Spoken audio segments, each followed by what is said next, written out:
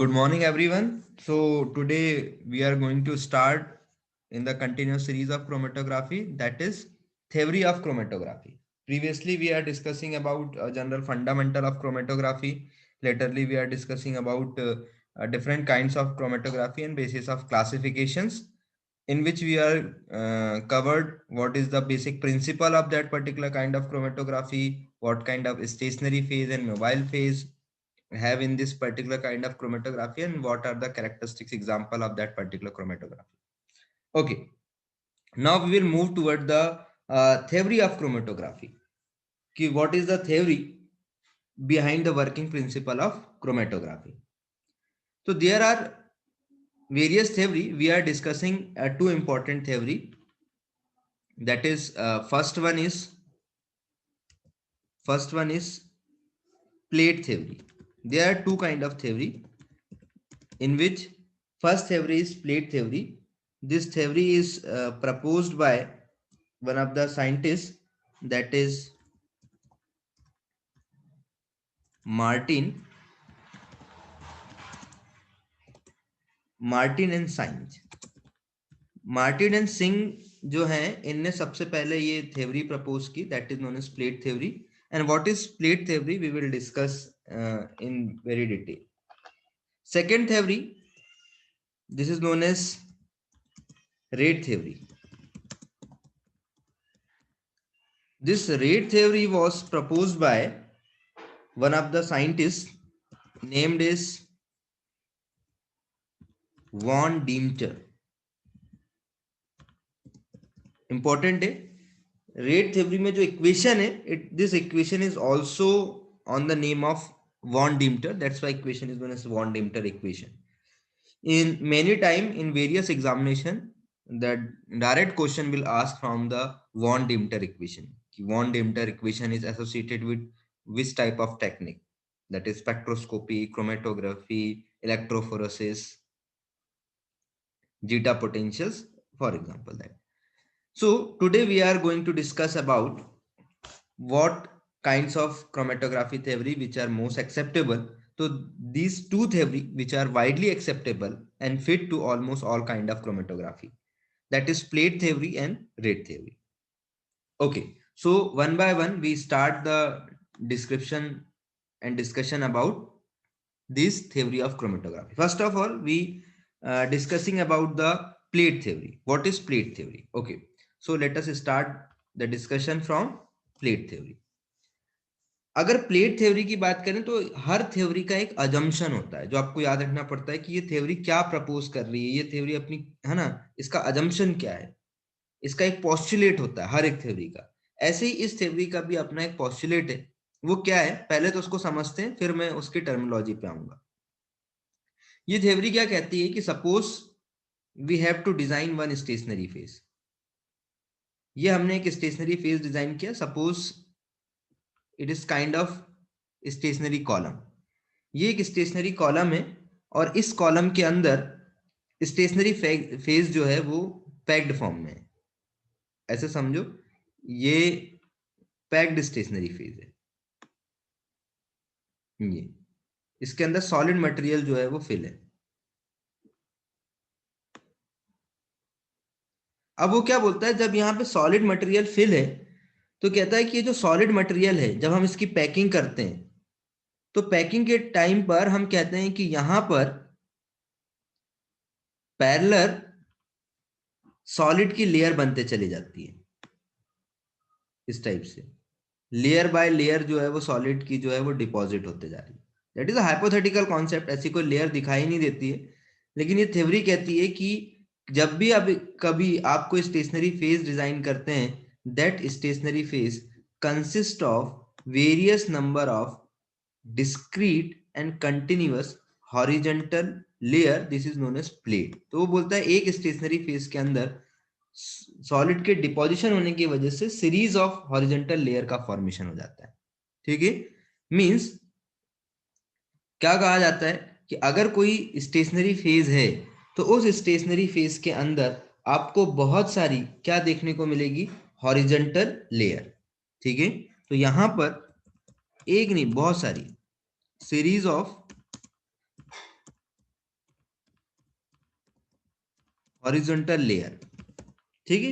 It is just assumption, एक कहने की बात है कि any kind of stationary phase are made up of various number of horizontal layer, ठीक है। आपको समझना है एजम्पशन क्या है प्लेट थ्योरी का। तो प्लेट थ्योरी क्या कहती है कि कोई भी स्टेशनरी फेज जो है वो बहुत सारी हॉरिजॉन्टल लेयर से मिलके बना होता है, और ये जो हॉरिजॉन्टल लेयर है वो कहता है ये एक एक लेयर अलग अलग है, अलग अलग है, ठीक है, लेकिन लगातार है इसके अंदर। तो ये कहता है कि जो सीरीज ऑफ हॉरिजॉन्टल लेयर है that is discrete and continuous, है ना। हर एक लेयर है, हर एक लेयर क्लियर कट लेयर है, और वो कंटिन्यूअस फॉर्म में, एक के बाद दूसरी, दूसरे के बाद तीसरी, तो हर एक लेयर भी है प्रेजेंट, और वो कहता है कि वो लगातार प्रेजेंट है। ऐसा नहीं कि कहीं पे लेयर कहीं पे लेयर नहीं है, वो कंटिन्यूअस लेयर एक के ऊपर एक in the sequence of series जो है वो अरेंज है, ठीक है। तो ये जो आपको सीरीज ऑफ हॉरिजॉन्टल लेयर देखने को मिल रही है, इन टर्मिनोलॉजी को पकड़ना है। जैसे आप ये टर्मिनोलॉजी को समझ जाओगे, इसने जो अपनी हाइपोथेसिस दिया है वो हाइपोथेसिस समझ जाओगे। तो पहला जो इंपॉर्टेंट थिंग क्या था कि stationary phase is made up of series of horizontal layer, ठीक है। अब ये जो हॉरिजॉन्टल लेयर है that is horizontal layer are continuous. ये आपको कैसे देखने को मिलेगी, हर एक लेयर जो है वो सेपरेट है और कंटिन्यूअस है। तो हम क्या बोलते हैं, ये जो लेयर आप देख रहे हो separated, discrete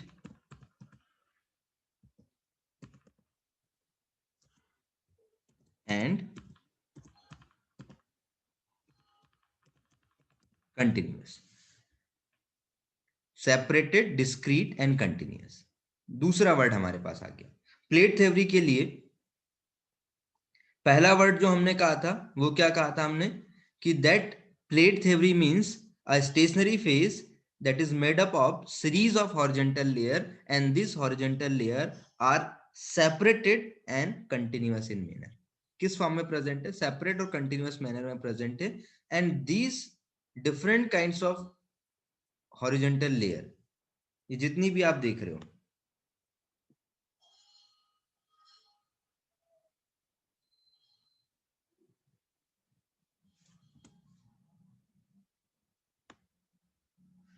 these horizontal layer, in horizontal layer को हम कहते हैं थ्योरेटिकल प्लेट्स। अभी और समझेंगे क्या है। अभी एक बहुत जनरलाइज बेसिस पे, this plates is known as theoretical plate, this horizontal layer is known as theoretical plate, ठीक है। तो हमने एक बहुत सिंपल सेंस में समझा कि प्लेट थ्योरी में हमने क्या कहा कि stationary phase is made up of series of horizontal layer, and this horizontal layer are in the form of discrete and continuous manner, and this horizontal layer is known as theoretical plate। अब what is the scientific significance of that theoretical plate? अब इस theoretical plate का मतलब क्या है ये समझो। Theoretical plate की यदि मैं बात कर रहा हूं किसी भी स्टेशनरी फेस में, तो हम यहां पर समझना कि we have a such kind of stationary phase, और इस स्टेशनरी फेस पर यहां पर मैंने किसी कंपाउंड को अप्लाई कर दिया है। Suppose I have a mixture of A and B, ये दो कंपाउंड का मिक्सचर है हमारे पास, ए और बी का। और ए और बी का जो मिक्सचर है यहां पर स्टेशनरी फेस है, तो यहां पे साथ में पैरेलली क्या रन हो रहा होगा, मोबाइल फेस।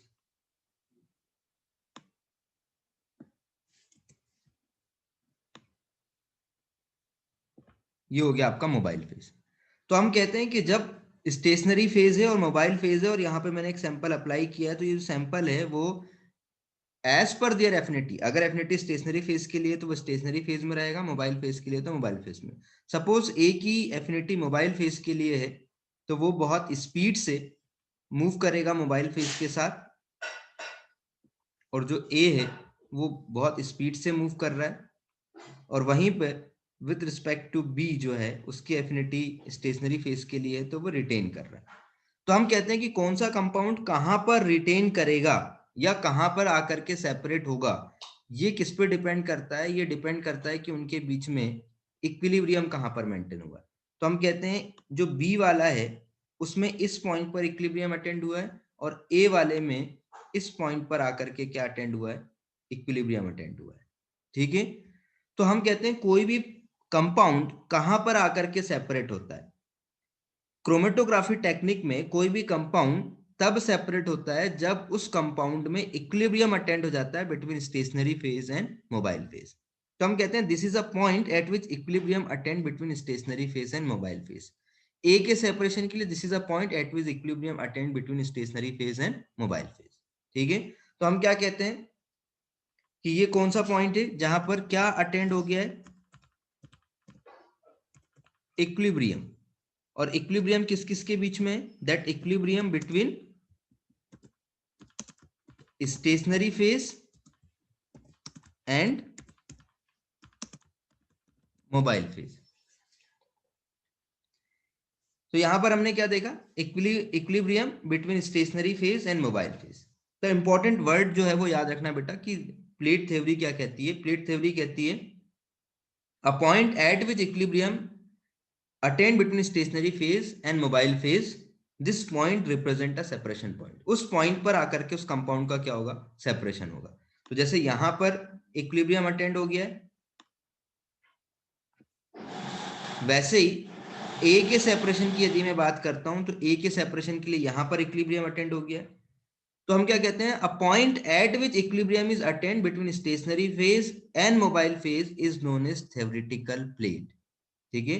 तो ये जो इक्विलिब्रियम पॉइंट है, जिस पॉइंट पर इक्विलिब्रियम अटेंड हुआ है, तो हमने क्या देखा, हमारे पास ये पॉइंट है जहां पर क्या अटेंड हो रहा है, that is a equilibrium point, this one is the equilibrium point and this one is the equilibrium point. So a point at which equilibrium is attained, this is known as theoretical plate. इसी को हम क्या बोलते हैं,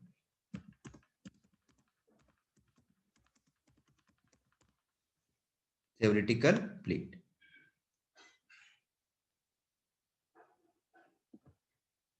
तो अब अगर तुमसे इसकी डेफिनेशन कोई पूछी जाए तो इसकी साइंटिफिक डेफिनेशन क्या होगी है theoretical plate की, a point at which equilibrium is attained between stationary phase and mobile phase is called theoretical plate, ठीक है। तो अब अगर आपसे एग्जाम में थ्योरेटिकल प्लेट की डेफिनेशन पूछी जाए तो थ्योरेटिकल प्लेट की डेफिनेशन क्या होगी समझो। तो इसकी डेफिनेशन हो गई, थ्योरेटिकल प्लेट की डेफिनेशन, अ पॉइंट एट विच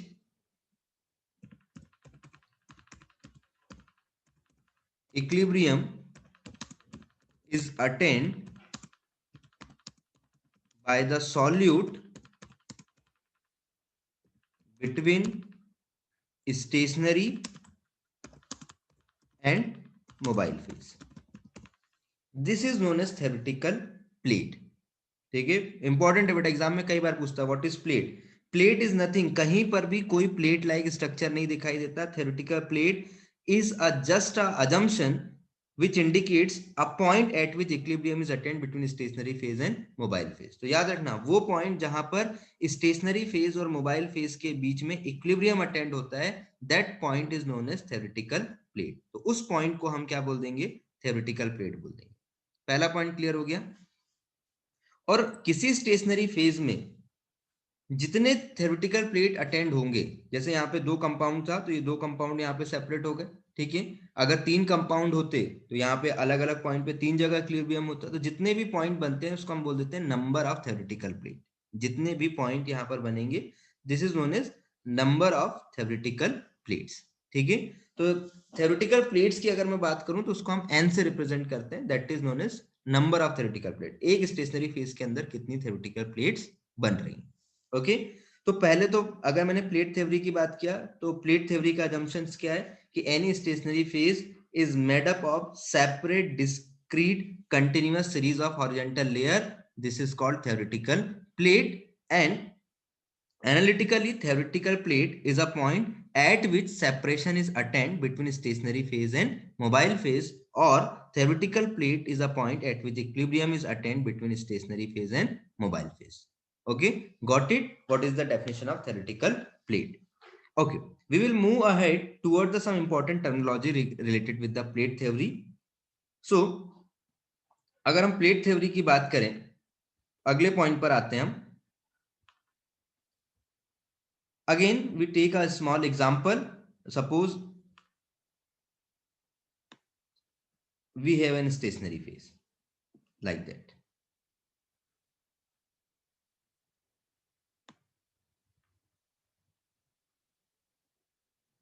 ये हमारे पास एक स्टेशनरी फेज है and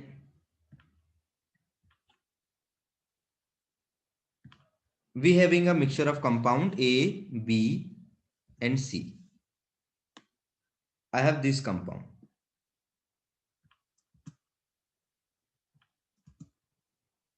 Okay. I have a mixture of compound A, B and C.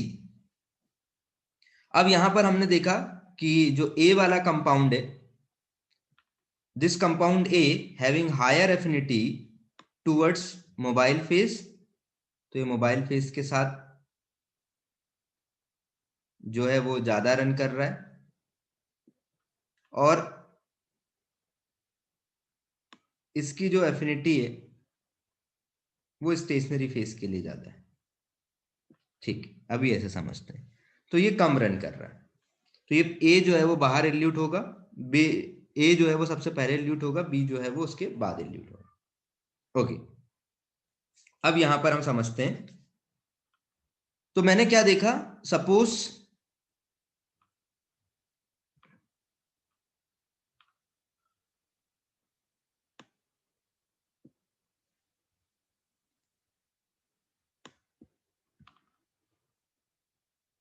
Okay, तो यहां पर हमने क्या देखा, जो ए वाला पॉइंट है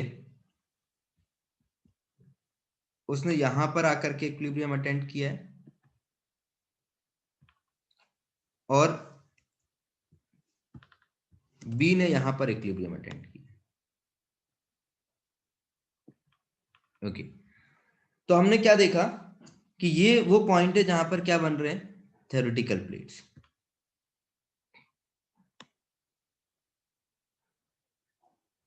ये भी थ्योरेटिकल प्लेट बना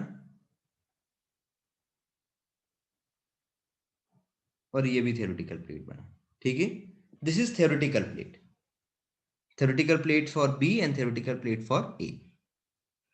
तो हमने क्या देखा, एक पॉइंट ने यहां पर इक्विलिब्रियम अटेंड किया, एक पॉइंट ने यहां पर इक्विलिब्रियम अटेंड किया, और अगर स्टेशनरी फेज इसके आगे होता तो हो सकता सी वाला जो है वो वहां पे जाके इक्विलिब्रियम अटेंड करता। ठीक है, इट मींस अगर मेरे पास ज्यादा कंपाउंड के मिक्सचर हैं और मेरे यहाँ कंपाउंड में वो सेपरेट नहीं हो पा रहा है, तो इसका मतलब है कि उसने इतने डिस्टेंस के अंदर इक्विलिब्रियम अटेंड नहीं किया होगा। इसका मतलब मुझे कॉलम की लेंथ जो है वो क्या करनी पड़ेगी, इंक्रीज करनी पड़ेगी। ठीक है, मुझे कॉलम की लेंथ क्या करनी पड़ेगी, इंक्रीज करनी पड़ेगी, ताकि वहां पर सी वाला कंपाउंड भी इक्विलिब्रियम अटेंड करे और सेपरेट हो जाए। तो केवल उतने ही कंपाउंड सेपरेट हो पाएंगे जिसने आपके इस गिवन स्टेशनरी फेज की लेंथ में क्या अटेंड किया होगा, इक्विलिब्रियम पॉइंट। तो हमने पहली चीज तो क्या देखी कि जहां पर इक्विलिब्रियम अटेंड हुआ है उसको हम क्या बोल देंगे, theoretical plate. This is theoretical plate. तो यहां पर इक्विलिब्रियम अटेंड हुआ तो इसको हमने क्या बोल दिया, थ्योरेटिकल प्लेट बोल दिया। ठीक है, ऐसे यहां पर भी इक्विलिब्रियम अटेंड हुआ है, यहां पर भी इक्विलिब्रियम अटेंड हुआ है, तो इसको हम यहां पे भी क्या बोल देंगे, that is also called theoretical plate.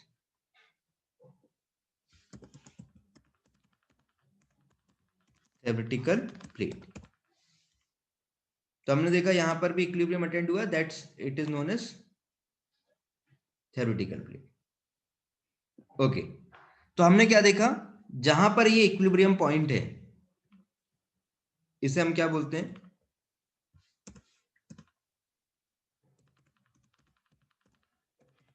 Equilibrium point. This is equilibrium point, means जहां पर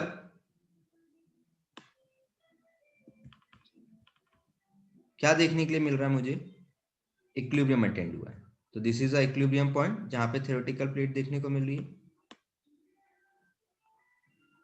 तो ये दोनों जगह मुझे थ्योरेटिकल प्लेट देखने के लिए मिल रही है, तो इसको मैंने क्या बोल दिया, equilibrium point. A point at which equilibrium is attained between stationary phase and mobile phase is known as theoretical plate. लेकिन ये थ्योरेटिकल प्लेट एक हाइट पर आकर के डेवलप हो रही है। जैसे बी के लिए इस हाइट पर डेवलप हुआ है, यहां पर अगर अपन बात करें बी वाला इस हाइट पर आकर के डेवलप हुआ है और ए वाला जो है वो यहां पर आके डेवलप हुआ है। ठीक है, तो अब अगर मैं मेजर करूं तो बी के separation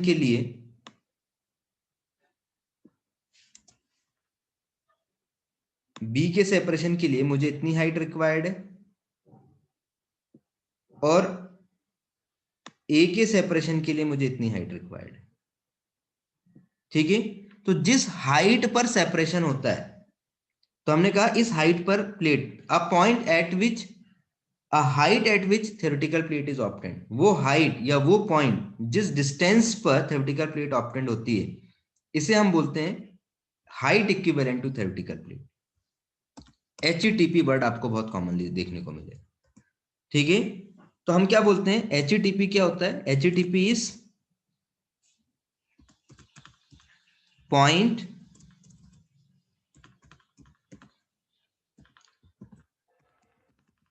distance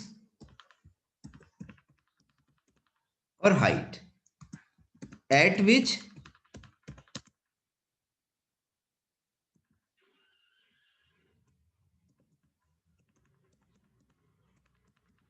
theoretical plate is obtained. ठीक है, तो जहां पर इक्विलिब्रियम मिला है, this point is known as theoretical plate. यहां से अभी चलो मैं पॉइंट को ओमिट कर देता हूं ताकि आप कंफ्यूज ना हो। तो theoretical plate is a equilibrium position, equilibrium point जहां पर इक्विलिब्रियम अटेंड हुआ, this is known as theoretical plate. And a distance at which theoretical plate is obtained, जिस पॉइंट पर थ्योरेटिकल प्लेट मिली है उस पॉइंट का जो डिस्टेंस है, उसकी जो हाइट है, that height is known as HETP। ठीक है, तो अब अगर समझो, इसका मतलब है कि अगर ये बी वाला इतनी हाइट पे मिला है, ए वाला इतनी हाइट पे मिला है, अगर मैं ये हाइट शॉर्ट हो जाती, सपोज मुझे बी वाला जो पॉइंट है वो यहां पर सेपरेट हो जाता, तो ए वाला यहां पर सेपरेट हो जाता, तो सी वाला यहां पर सेपरेट हो सकता था। इसका मतलब है अगर जितनी कम हाइट पर सेपरेशन होगा उतना अच्छा सेपरेशन होगा, उतनी ज्यादा प्लेट बन सकती है। तो हम क्या कहते हैं, जब कभी भी हम थ्योरेटिकल प्लेट की बात करते हैं तो थ्योरेटिकल प्लेट्स को हम n से रिप्रेजेंट करते हैं। This is known as number of theoretical plate. n का मतलब क्या हो गया, n extend for number of theoretical plate, number of theoretical plate।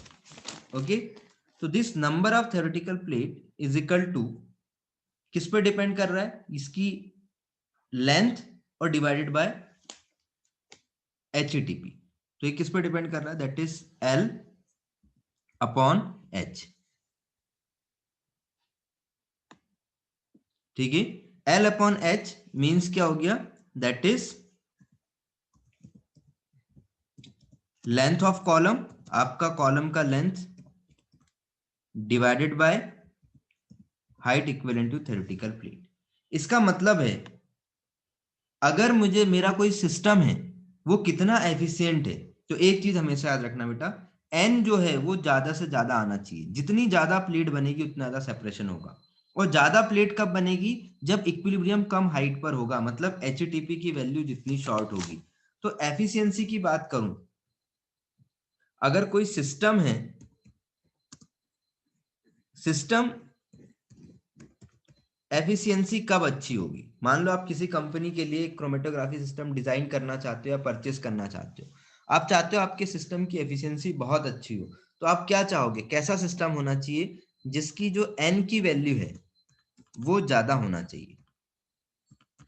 हमेशा याद रखना, अगर आप चाहते हो कि आपका क्रोमेटोग्राफिक सिस्टम बहुत अच्छा हो, तो N is always high, N value of H is low. H की वैल्यू जो है, HETP की जो वैल्यू है वो कम होना चाहिए, आपका सिस्टम उतना अच्छा होगा। याद रखना, एन जितना हाई होगा, एच जितना कम होगा, आपके सिस्टम में सेपरेशन उतना अच्छा होगा।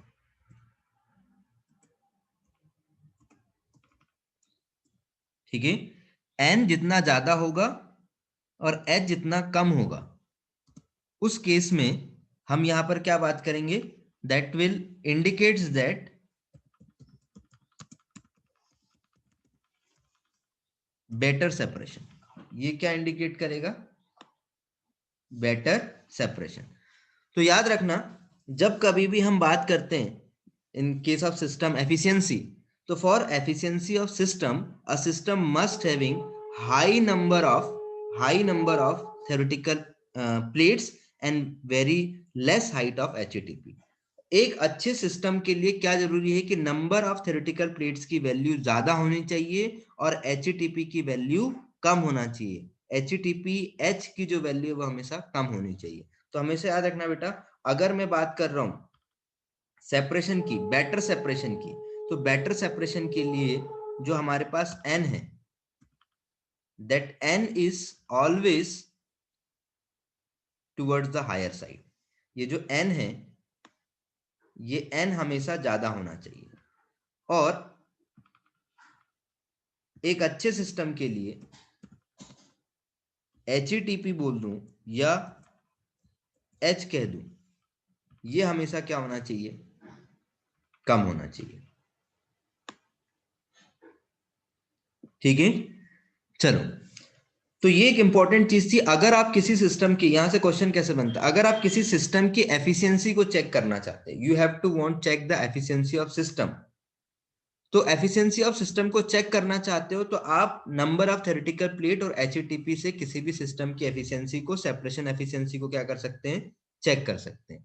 ओके, तो n will be a higher side and HTTP will be at a lower end. n जो है वो हमेशा ज्यादा होना चाहिए, HTTP आपका हमेशा कम होना चाहिए। Okay, you got it this point. तो हम क्या कहते हैं, जो रिलेशन होता है n और h के बीच में, जो रिलेशन होता है, that is a relation of inversely proportional. तो कई बार आपसे पूछ लेता है कि इनके बीच में रिलेशन क्या होता है, तो याद रखना, जो n है, दैट n इज, अब यहां पे मैं अभी इनवर्सली का साइन इनकॉर्पोरेट करने के लिए चलो ड्रॉ कर देता हूं। जो n है, that n is inversely proportional to h।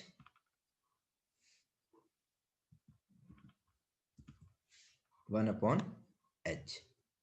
This is a important relation. इनके बीच में जो रिलेशन है वो इनवर्स का रिलेशन होता है। n is inversely proportional to h। n की वैल्यू अगर ज्यादा होगी तो h की वैल्यू कम होगी। तो हमेशा याद रखना, कौन सा सिस्टम अच्छा होगा जिसमें नंबर ऑफ थ्योरेटिकल प्लेट की वैल्यू जो होगी वो हमेशा ज्यादा होगी। तो सेपरेशन एफिशिएंसी को चेक करने के लिए आप नंबर ऑफ थ्योरेटिकल प्लेट भी यूज कर सकते हैं और HTTP का भी यूज कर सकते हैं। ओके, अगले पॉइंट्स पर आते हैं हम। अगले पॉइंट पर, अभी देखो हमने यहां पर किसकी बात की, that is number of theoretical plate. तो अगर मुझे सिस्टम की एफिशिएंसी चेक करना है तो मुझे देखना पड़ेगा कि नंबर ऑफ थ्योरेटिकल प्लेट्स कितनी है या HTTP की वैल्यू कितनी है।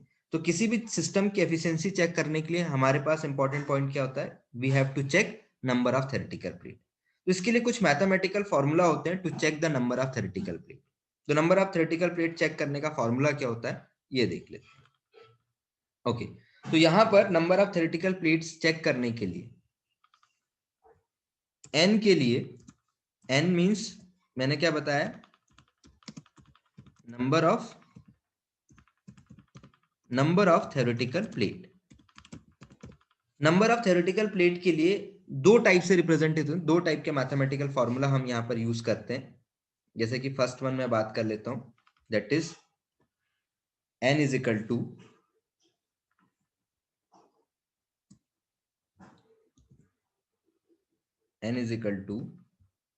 TR। ये जो R है, ये यहाँ पर अगर आप देखोगे तो ये सबस्क्रिप्ट में नीचे की तरफ है। यहाँ पे मैं अभी यहाँ पे राइटिंग वर्ड में नहीं कर पा रहा हूँ। That is known as retention time. अभी हम समझेंगे रिटेंशन टाइम क्या होता है। Divide by W, that W indicate for widthness of peaks. Okay, अभी हम इनको समझते भी हैं। n is equal to retention time divide by width of peak. और यहां पर हमको देखने के लिए मिलेगा कि it having raise to the power, इसकी पावर भी जहां पर जो है वो raise to the power 2।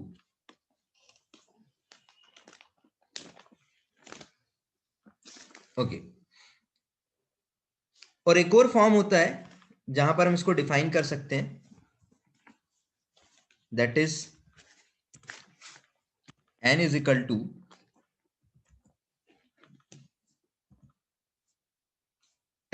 To retention time divided by width.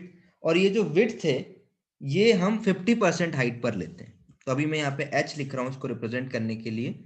और जब कभी भी आप विड्थ जो है वो 50% हाइट पर लेंगे तो यहाँ पर हम एक फैक्टर इंट्रोड्यूस करते हैं, दैट इज 5.54, और इसकी पावर भी क्या रहेगी, टू द पावर 2। ये दो फॉर्मूले हैं number of theoretical plate calculate करने के लिए। लेकिन नंबर ऑफ थ्योरेटिकल प्लेट के इस फॉर्मूले को समझने के लिए कुछ फंडामेंटल चीजें हैं जो मुझे यहाँ पे इंट्रोड्यूस करनी होंगी। जैसे कि यहाँ पर मैं सबसे पहले एक ग्राफ ड्रॉ करता हूं जिससे आप चीजों को समझ सकें।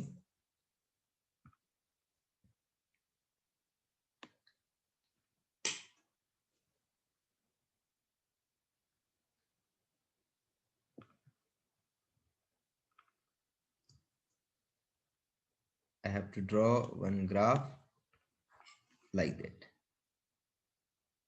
Okay. जब भी आप ये क्रोमेटोग्राफी टेक्निक में ग्राफ देखेंगे तो यहाँ पे दो टर्मिनोलॉजी आती है, ध्यान रखना। एक टर्मिनोलॉजी होती है क्रोमेटोग्राफ,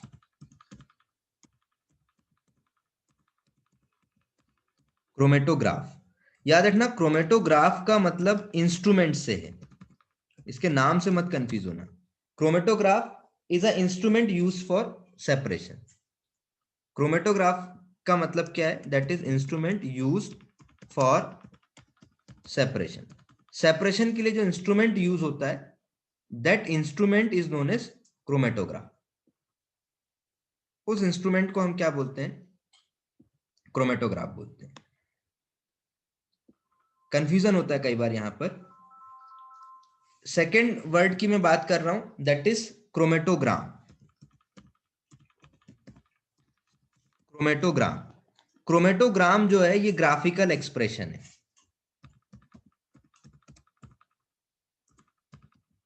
ग्राफिकल एक्सप्रेशन। ठीक है, तो कंफ्यूज नहीं होना। कई बार ये क्रोमेटोग्राफ, ग्राफ वर्ड से आता है कि ये ग्राफ का एक्सप्रेशन होगा, लेकिन that is the name of instrument.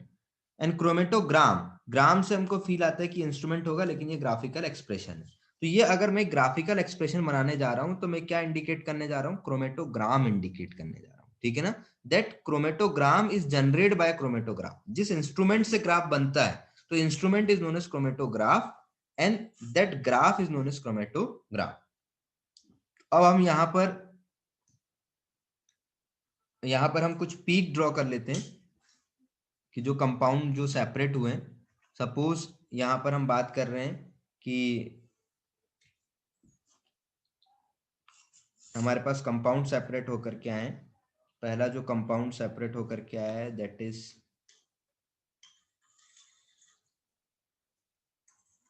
Compound A and this is compound B. ठीक है, this peak was not much more symmetric because I have to draw with pencil. Okay, so you will try to understand this.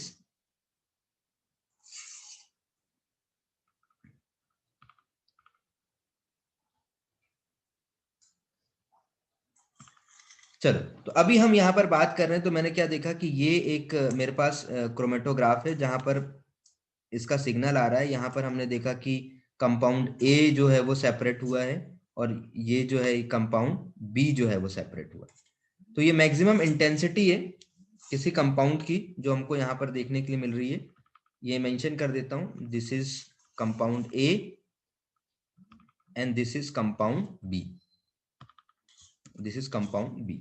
ये compound B मुझे यहाँ पे देखने को मिल रहा है। ठीक है, तो अब यहाँ पर ये देखो, इस एंड पर यहाँ पर ग्राफ का एक्सप्रेशन भी कर देते हैं। This is a point of concentration, कितना कंसंट्रेशन मिला वो मुझे यहाँ पर इंडिकेट हो रहा है, और ये जो एक्सेस है दिस रिप्रेजेंट टाइम। ये किसको रिप्रेजेंट कर रहा है? टाइम को रिप्रेजेंट कर रहा है। ठीक है, तो एक एक्स एक्सेस है जो कंसंट्रेशन को एक्सप्रेस कर रहा है, और एक वाई एक्सेस है जो टाइम को रिप्रेजेंट कर रहा है। तो ये जो है इंटेंसिटी ऑफ पीक है।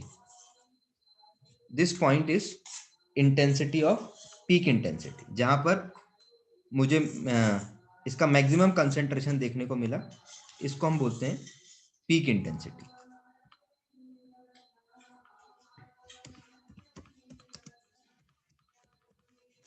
पीक इंटेंसिटी, तो अगर आपसे कोई पूछे व्हाट इज पीक इंटेंसिटी, तो आप बोलेंगे point at which maximum concentration elute from the stationary phase.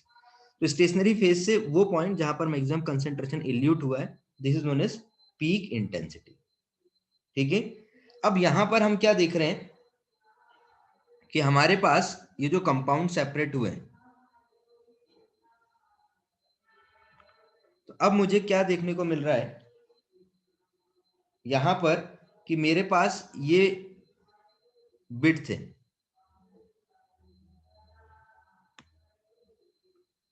This is a width of A and this is a width of B. ठीक है, तो ये विड्थ है, ये यहाँ पे जो मैं बात कर रहा था W, तो ये यहां से ये W वाला पॉइंट आपको ड्राइव होकर के आ रहा है। This is WA and this is WB। ठीक है, width of A and width of B। तो जब भी आप रिटेंशन टाइम निकालेंगे तो ये जो W है वो आप यहां से मेजर करेंगे, लेकिन मैंने यहाँ पे देखो विड्थ ऑफ H लिखा है, तो ये विड्थ आप दो तरीके से मेजर कर सकते हैं। एक विड्थ तो आपने इसके बेस वाले इस पॉइंट पे मेजर किया है, दूसरा जो हमें ये जो इंटेंसिटी वाला देख रहे हो इसके जस्ट हम 50% की हाइट पर मेजर करते हैं। तो विड्थ मेजर कर रहा हूं मैं एट 50% हाइट, एट 50% हाइट। ठीक है, तो ये जो कहलाएगा दिस इज नोन एज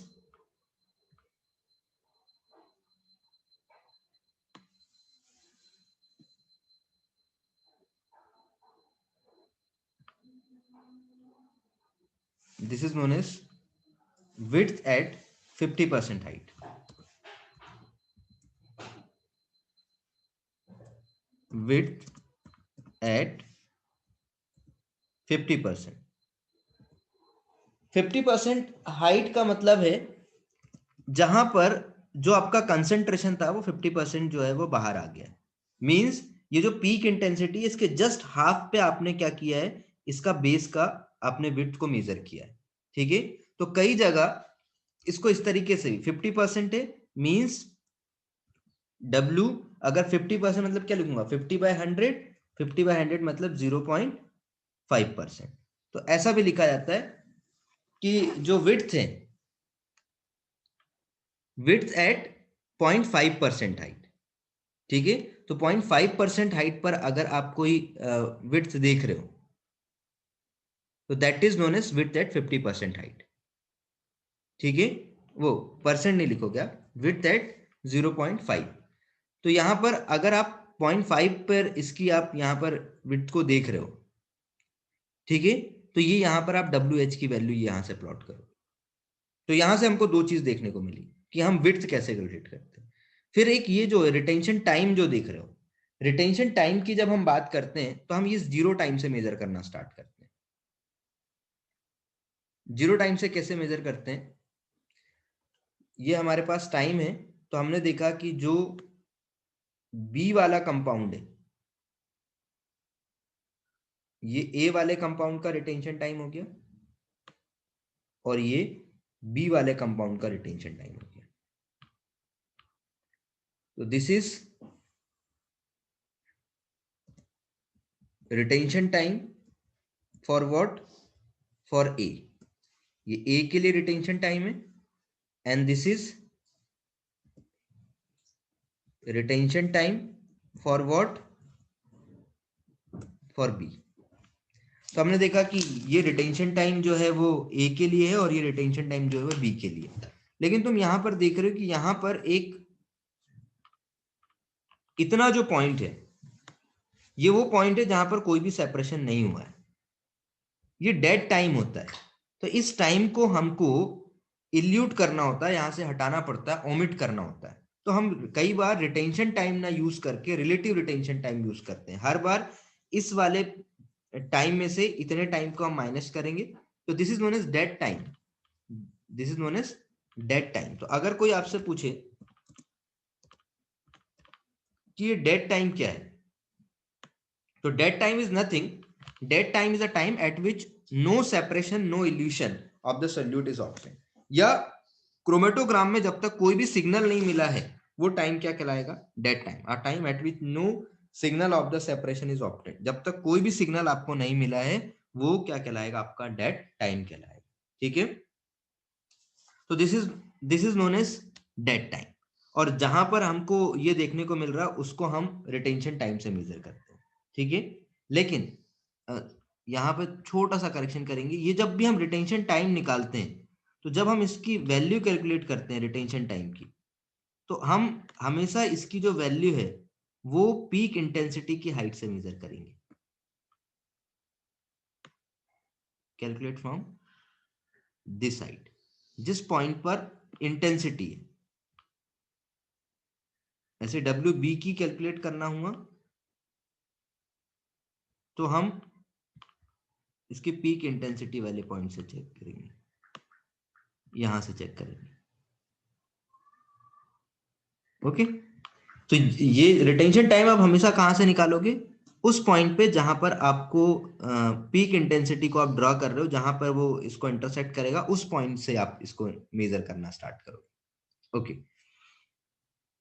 तो अब अगर सपोज मुझे रिटेंशन टाइम निकालना है, तो पहले तो मुझे रिटेंशन टाइम निकालना पड़ेगा। तो ग्राफ में आप यहां से यहां तक का टाइम देख लोगे, ग्राफ में यहां से यहां तक का टाइम देख लोगे। ठीक है, और मैथमेटिकली अगर मुझे कैलकुलेट करना हुआ तो इसका जो फॉर्मूला होता है रिटेंशन टाइम का, तो रिटेंशन टाइम का फॉर्मूला होता है that is flow rate multiply by retention factor. Retention factor, ठीक है। तो याद रखना, अगर फॉर्मूला पूछा जाए तो that is a formula retention time is equal to flow rate into retention factor. और हम इसको डिफाइन कैसे करते हैं, retention time a time at which 50% of solute come out from the stationary phase. ठीक है, इसका मतलब क्या है कि 50% जो सॉल्यूट है वो आपका बाहर आ चुका है। 50% solute come out from stationary phase, 50% जो है वो स्टेशनरी फेज से बाहर आ चुका है। This is known as retention time. ठीक है, अब रिटेंशन टाइम की बात कर रहे हैं तो क्योंकि हम यहाँ पर मोबाइल फेज की बात करते हैं तो इसलिए हम साथ साथ में रिटेंशन वॉल्यूम भी निकालते हैं। तो अगर रिटेंशन वॉल्यूम की बात की जाए तो याद रखना, रिटेंशन वॉल्यूम को हम वी आर से रिप्रेजेंट करते हैं, and retention volume is equal to क्या होता है, that is flow rate multiply by retention time. ठीक है, तो अगर रिटेंशन टाइम मेरे पास आ गया है तो मैं रिटेंशन टाइम से क्या निकाल सकता हूं, रिटेंशन वॉल्यूम भी निकाल सकता हूं। ठीक है, this is retention volume. Okay, तो अगली बात कर लेता हूं मैं कि मैंने देखा कि ये जो मेरा कंपाउंड है, ठीक है, ये कितना रिटेन हो रहा है, कितना ये हो रहा है, और इससे मैं नंबर ऑफ थ्योरेटिकल प्लेट निकाल सकता हूं। तो नंबर ऑफ थ्योरेटिकल प्लेट जब मैं निकालता हूं तो मैंने कहा कि मैं यहाँ पर रिटेंशन टाइम निकाल रहा हूँ, लेकिन रिटेंशन टाइम मैंने कहा ना दो टाइप से निकाल सकते हो, या तो आप एज इट इज 0 से यहाँ तक का मेजर कर लो, या आप डेड टाइम को माइनस कर दो। अगर आप डेड टाइम को माइनस करोगे तो वो क्या कहलाएगा, आपका रिलेटिव रिटेंशन टाइम कहलाएगा। ठीक है, जैसे कि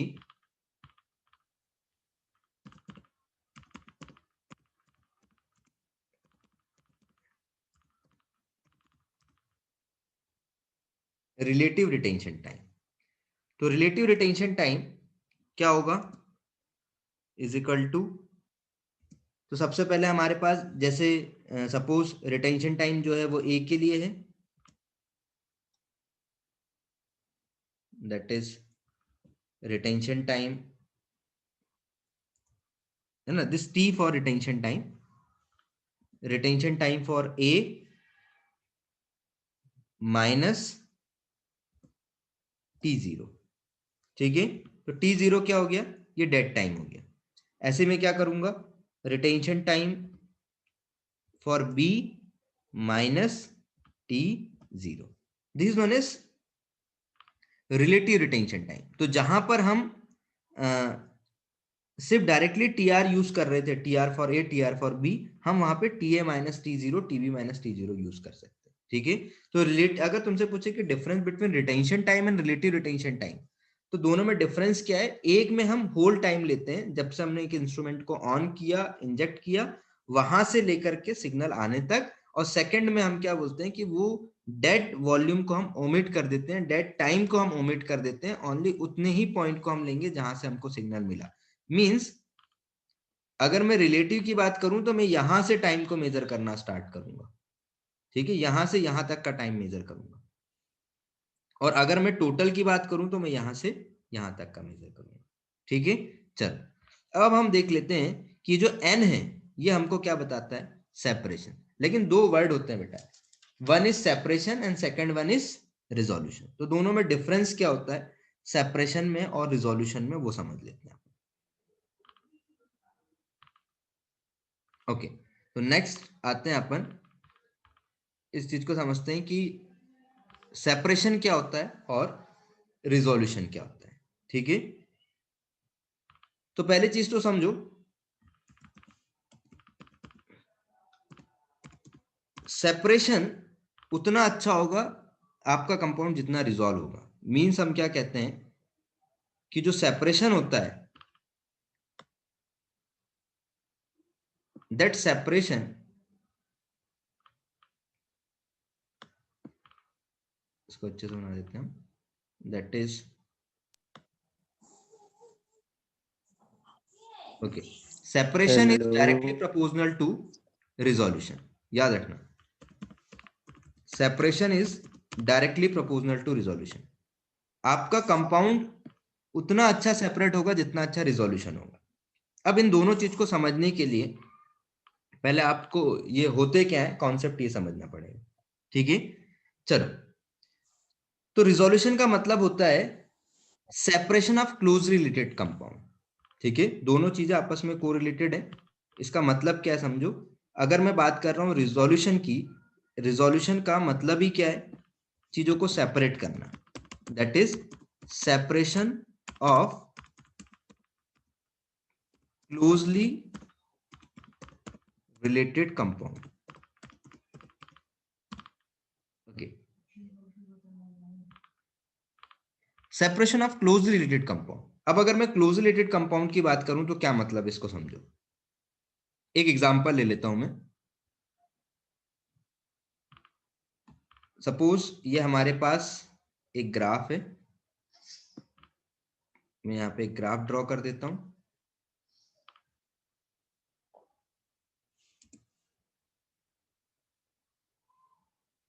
I have to draw one graph like this। और यहां पर सपोज हमारे पास ये दो कंपाउंड है,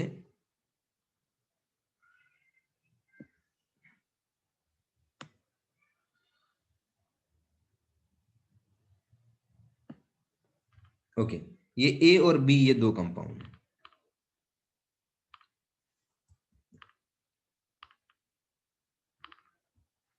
तो हम क्या देख रहे हैं, मुझे ए और बी इन दोनों कंपाउंड में ये कैरेक्टरिस्टिक्स पीक इंटेंसिटी तो देखने को मिल रही है। ये इस पॉइंट पर सेपरेट हुआ है और ये इस पॉइंट पे हुआ है। ये सेपरेट तो हुए हैं लेकिन ये रिजॉल्व नहीं हुए, देखो यहां पर इनमें मिक्सिंग देखने को मिल रही है। तो अगर मैं केवल पीक इंटेंसिटी को मेजर कर रहा हूं, अगर मैं सिर्फ इस पॉइंट को मेजर कर रहा हूं, इन दोनों के डिस्टेंस को मेजर कर रहा हूं, I am not considering their high base height. यहां पे बेस को मैं कंसिडर नहीं कर रहा हूं, तो दैट इज अ सेपरेशन। तो ये फिनोमेना क्या कहलाएगी, this is known as separation. इसको मैं क्या कहूंगा, that is separation of A and B. यहां पर मैंने क्या देखा, ए और बी का सेपरेशन हुआ है। लेकिन इसी चीज को समझो, अगर मैं इसको रिजॉल्व करता हूं, मींस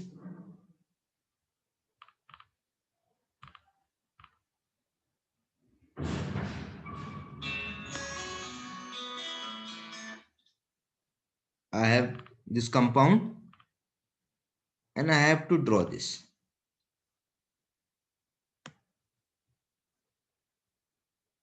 ये मेरे पास A है and now this is, sorry, I have to draw this. ये मेरे पास सेकेंड कंपाउंड है and this is second compound. और इन दिस सेकेंड कंपाउंड मैंने क्या देखा, ए और बी ये दोनों ही यहां पर देखो पूरी तरीके से रिजॉल्व हो चुके हैं। ये दोनों अलग अलग पॉइंट पे मिल रहे हैं। I have obtained this is A and I have obtained this is B. अब अगर मैं इन दोनों की पीक इंटेंसिटी को देख लेता हूं, this is a peak intensity for A and this is a peak intensity for B. तो मैं A और B दोनों की पीक इंटेंसिटी को भी देख सकता हूं। Even I have to check their base height.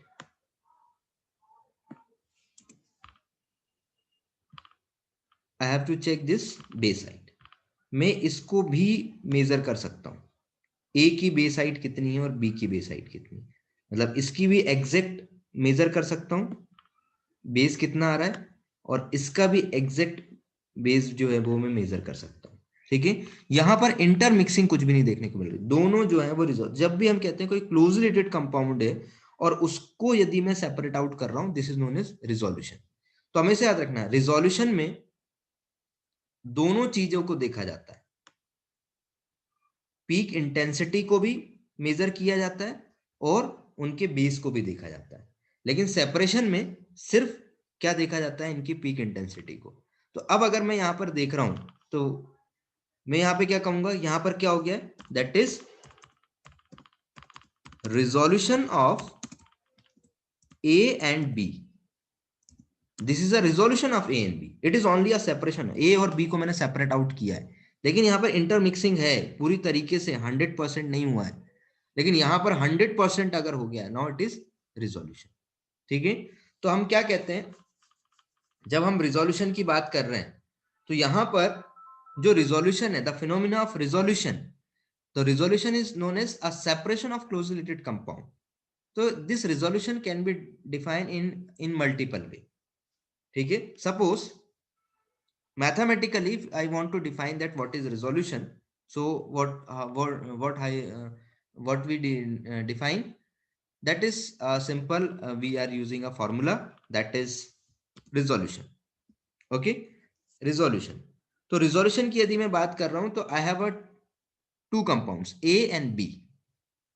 ठीक है, suppose I have took this example. First of all I will measure this. So for a compound A,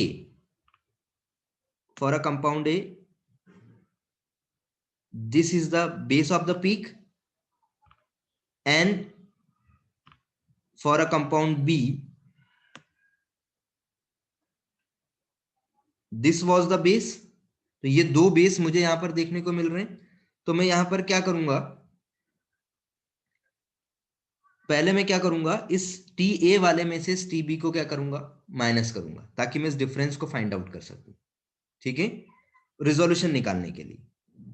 फिर मुझे क्या मिलेगी, एक वैल्यू मिलेगी। फॉर्मूला की अगर मैं बात करता हूं तो I have to put one formula here, that is, what is the formula, that is 2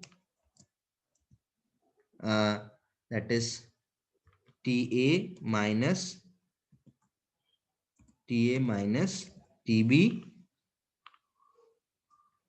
divided by WA plus WB। और अगर मैं ये WA WB 50% हाइट पर अगर मेजर करना स्टार्ट कर दूंगा तो मुझे एक फैक्टर यहाँ पे इंट्रोड्यूस करना पड़ेगा, तो व्हाट इज द फैक्टर? अगर suppose you have to use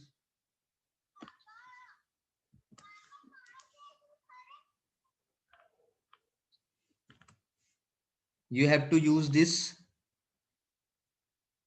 WA for particular 50% of height and WB up to a 50% of height. So you have to incorporate one factor, that is 1.18 raised to the power so I have to indicate like that, raised to the power 2. It means समझना कि ये इसकी power में. Okay, I have to incorporate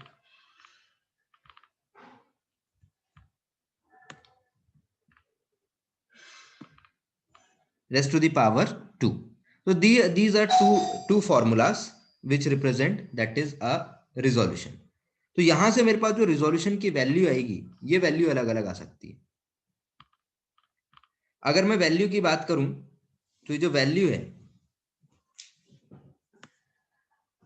ये value जो है ये 1 भी हो सकती है, ये वैल्यू जो है ये 1 से ज्यादा भी हो सकती है.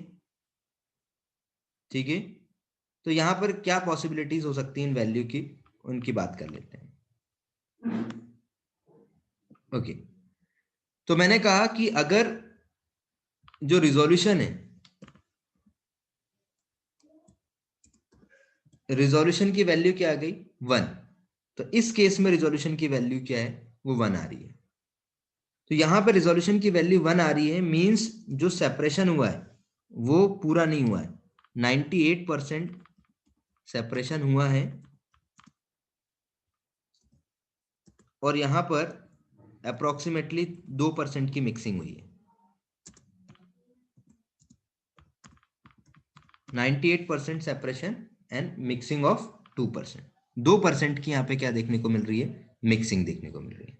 ठीक है, वहीं पर अगर इसमें मैं देख रहा हूं तो दोनों एकदम कैरेक्टरिस्टिकली सेपरेट हुए हैं. और यही, इसी को अगर एक तरीके से और ड्रॉ करता हूं मैं समझाने के लिए, अगर सपोज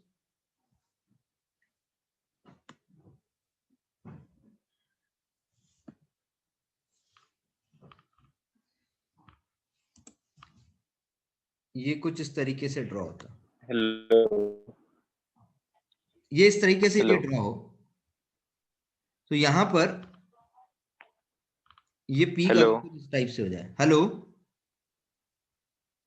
हेलो सर. हाँ बोलो बेटा. सर जो नेक्स्ट क्लास है हमारी वो 10-15 से है सर.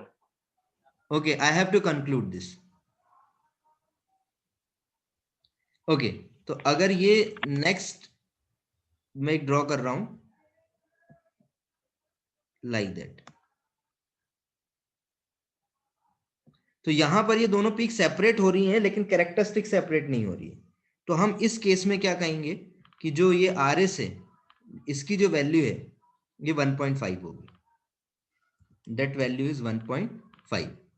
तो जहां पर सेपरेशन 100% तो हुआ है लेकिन जो दोनों पॉइंट है वो कॉमन है, तो इस केस में R S is equal to क्या होगा 1.5. लेकिन अगर दोनों आपको काफी दूर दूर देखने को मिलेंगे तो हम क्या बोलेंगे, are S is greater than 1.5. That are S is greater than 1.5. तो याद रखना, एक बेटर रिजोल्यूशन के लिए जो रिजोल्यूशन फैक्टर है उसकी वैल्यू 1.5 से हमेशा ज्यादा होनी चाहिए. Okay, so in this lecture we are studied about the theory of chromatography, and one theory we will discuss, that is a plate theory. What the thing which we will cover in this chapter, that is in the theory of chromatography we have to cover these two theory, that is plate theory and a rate theory. If we talk about the plate theory, we are discussing about what is theoretical plate and what is HETP. These 2 points we have to cover this.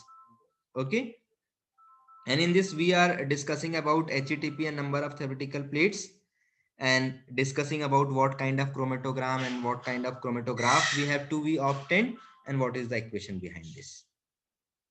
Okay, and this is a phenomena of separation and resolution. Okay, so I hope you will understand the concept of plate theory. In the next class, we will discuss about the concept of we in this class we are discussing about the plate theory. In next class, I am discussing about the rate theory.